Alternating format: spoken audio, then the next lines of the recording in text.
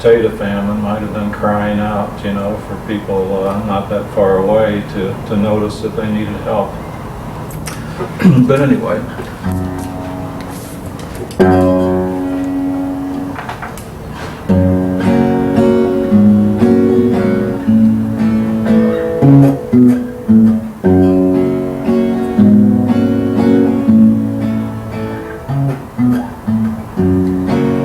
We've been mistreated.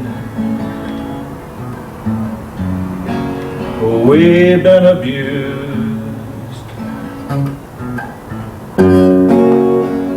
We've been ambushed. We've been used. We've been slandered. Stripped of our pride, ridiculed and rejected, hung out to die. We've been the victim of what you connive. Stabbed in the back with your gossip and lies.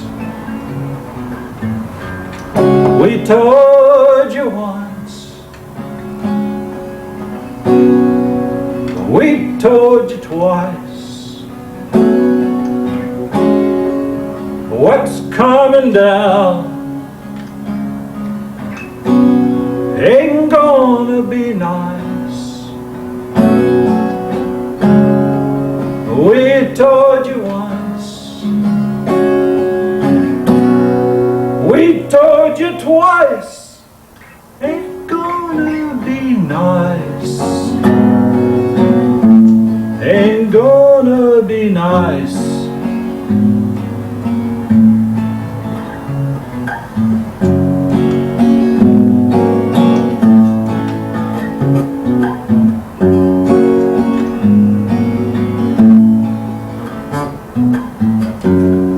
You know what's best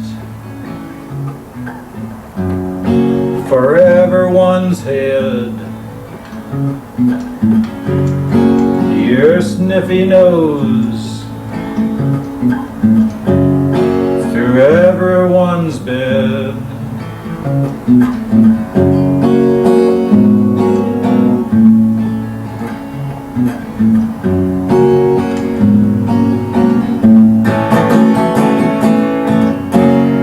You were so righteous,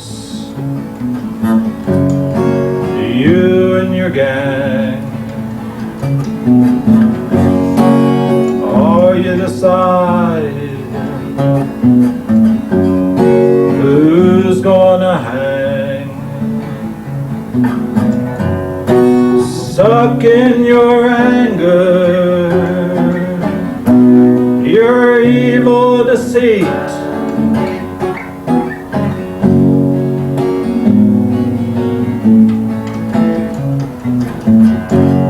Your animal self reeks with conceit.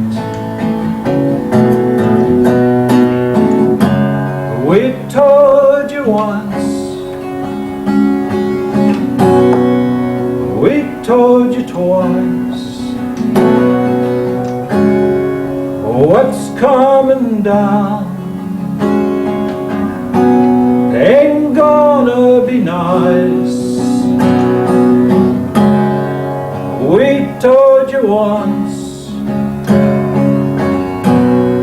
we told you twice, ain't gonna be nice. Ain't gonna be nice. Ain't gonna be nice. Ain't gonna be nice.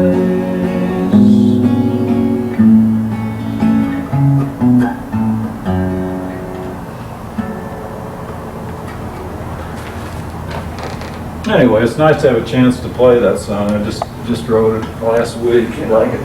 Thank you. And, you know, somehow I feel like there's a kindred spirit, you know, among many of us here. One thing I'm reminded of is how I was reading not long ago that, you know, back in the 1970s, during President Carter's administration, many people thought that, you know, finally the doorways were going to open up and our society was going to be more open to herbal medicine such as marijuana. And then the exact opposite happened. Mm-hmm. And do you have any perspective on It's a pendulum. It's pendulums always swing in civilized societies between order and freedom, and many see drugs as a threat. I mean, they're drugs and they're drugs. Crack cocaine, I think, is evil, spawned from hell.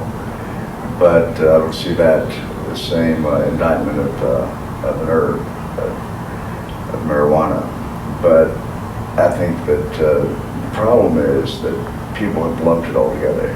They see drugs. Yeah, that's true. That's true. That's true. They are lumped all together. Right. And it's kind of a curious situation when you consider how many thousand drugs are there in the PDR, right, and each of them having their own actions and interactions.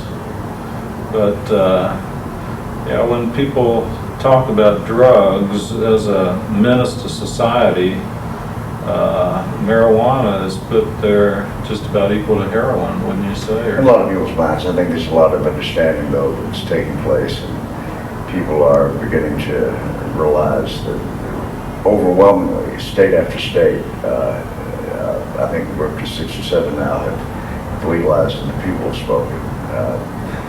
And eventually government will get the message. Tell me a little bit about the organization here, the support group, the Mad Dog Army. Yes, Mad Dog Army meets once a week on Monday nights from 7:30 to 8:30 at the downtown library, 4th and York. We have about 25 who've attended the meeting so far and about 50 on our mailing list.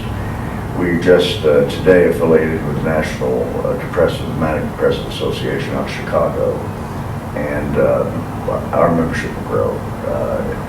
We really need one another. In fact, I just received a call from one of the soldiers in the Army saying she needs somebody to talk to tonight. So we're talked to another Mad Dog earlier today who's going through depression, and we talked with him as I have every day since he's been in this. So we're there for each other.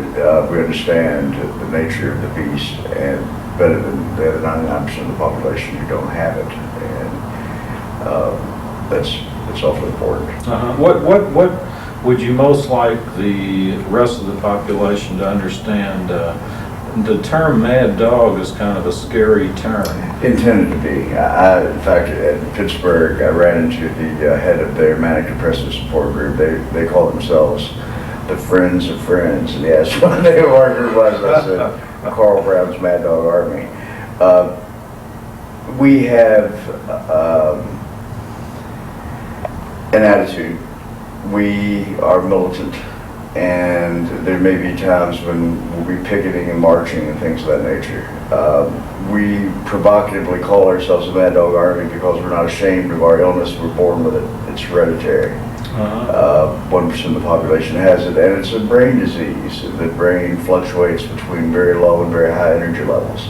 I was depressed for 4 months, lost the summer, but now I'm okay, and I have to work twice as hard, but I am okay to keep up. I'm 6 editorials ahead in Leo, so you'll be reading things in a month and a half that I've already written. So they just stacked up, but I'm trying to... So you were productive even when you were depressed? No.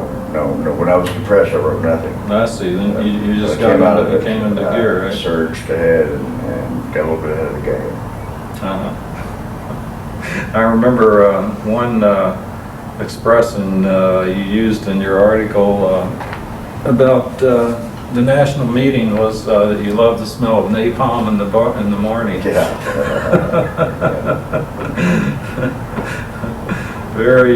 Very descriptive. How much